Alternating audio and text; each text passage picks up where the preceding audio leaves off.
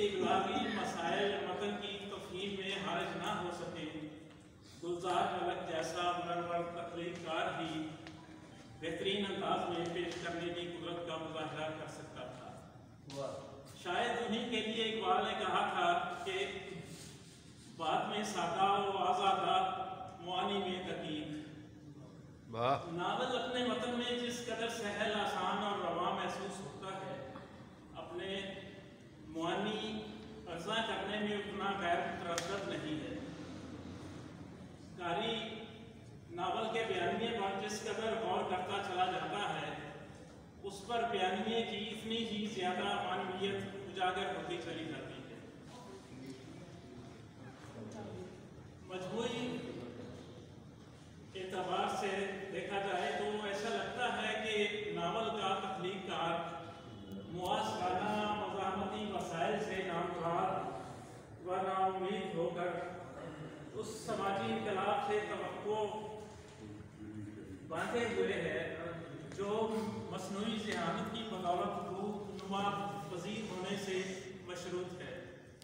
مجھے ڈر ہے کہ ان کی یہ امید بھی آخرکار دیوانے کا خواب ہی ثابت نہ ہو، جبکہ اس امر کا ادراک تو گلزار ملک پہلے ہی کر چکے ہیں کہ ہمارے سماج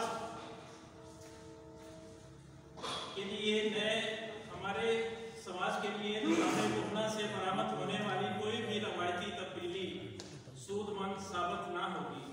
مثلاً اس ناول کے ایک باب میں کسان کے حوالے سے ان کا کہنا ہے، جب تک اس کے گلے میں وقت نے پنجالی ڈال رکھی ہے وہ کسان ہے، اس پنجالی سے نکلنے کے بعد وہ بھی ساہوکار، زمیندار اور چودھری بن جاتا ہے۔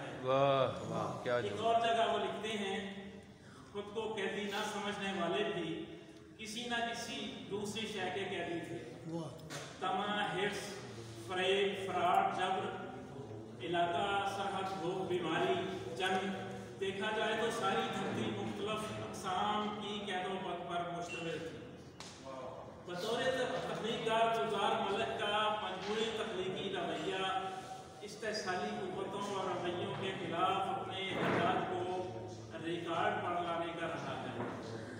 ان کے تیسرے ناول مٹی کے خدا کی بنیادی تھیم بھی یہی نقطہ ہے، جبکہ دیوانے کا خواب میں بھی اس کی جھلک برآمد ہوتی نظر آ جاتی ہے۔